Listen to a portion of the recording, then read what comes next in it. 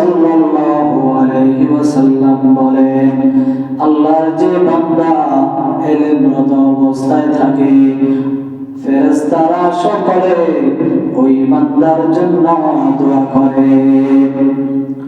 যে তালিবুল ইলম কুরআন হাদিস ইসমা গাসমিদা, যে ইলম অর্জন করার জন্য ঘর থেকে বের হয়, আল্লাহর নবী জানান ওই আল্লাহর বান্দার জন্য ফেরেশতারা সবাই আল্লাহর কাছে দোয়া করে, আল্লাহ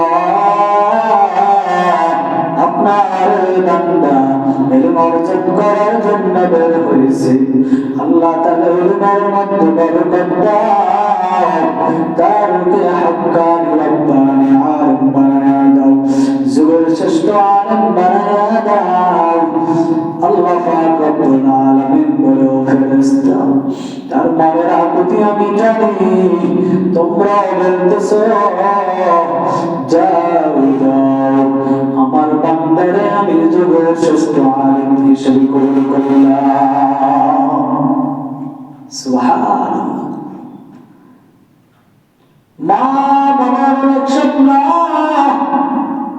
যখন গর্ভের মধ্যে সন্তান আসলো, মা বাবা নিয়ত করলো সন্তানকে হাফেজ বানাবে। মা দোয়া করে আল্লাহ, বাবা দোয়া করে আল্লাহ, এই সন্তান তুমি সুস্থভাবে দুনিয়ার জমিনে আনো।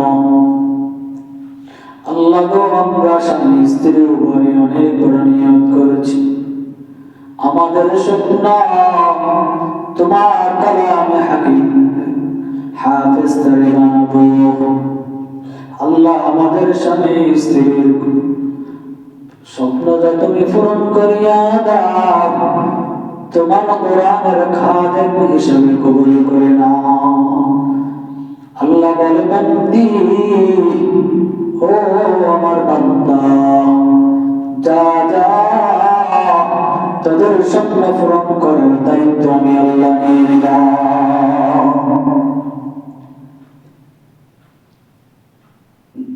যে তালিবে ইলমের দায়িত্ব আল্লাহ পাক স্বয়ং নিয়ে নেন, সে কি কখনো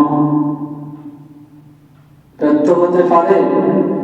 তার শিক্ষা জীবন কখনো ব্যর্থ হতে পারে না।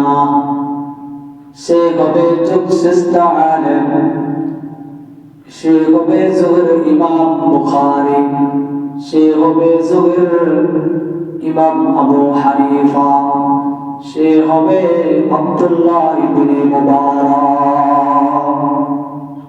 সুবহানাল্লাহ। এই জন্য সন্তান যখন গর্ভে আসে, গর্ভে আসার আগে বা গর্ভে আসলে সাথে সাথে প্রতিদিন আল্লাহর কাছে দোয়া করবেন, নেক নিয়ত করে দোয়া করবেন, আল্লাহ আমার সন্তানকে সুস্থভাবে জমিনে পাঠাও, তারে আমরা হাফেজ বানাতে চাই, আলিম বানাতে চাই, মুফতি মুহাদ্দিস, আল্লাহ তোমার নেককার বান্দা বানাইতে চাই, আল্লাহ তোমার আশিক বানাইতে চাই, আল্লাহ তারে সুস্থভাবে দুনিয়াতে পাঠাও। আপনার মনের খবর, আপনার মনের কথা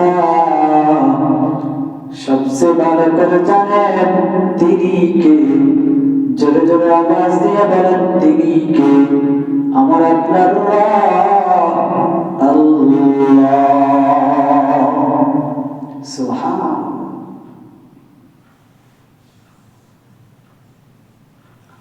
ওয়া আখিরু দাওয়ানা আলহামদুলিল্লাহ।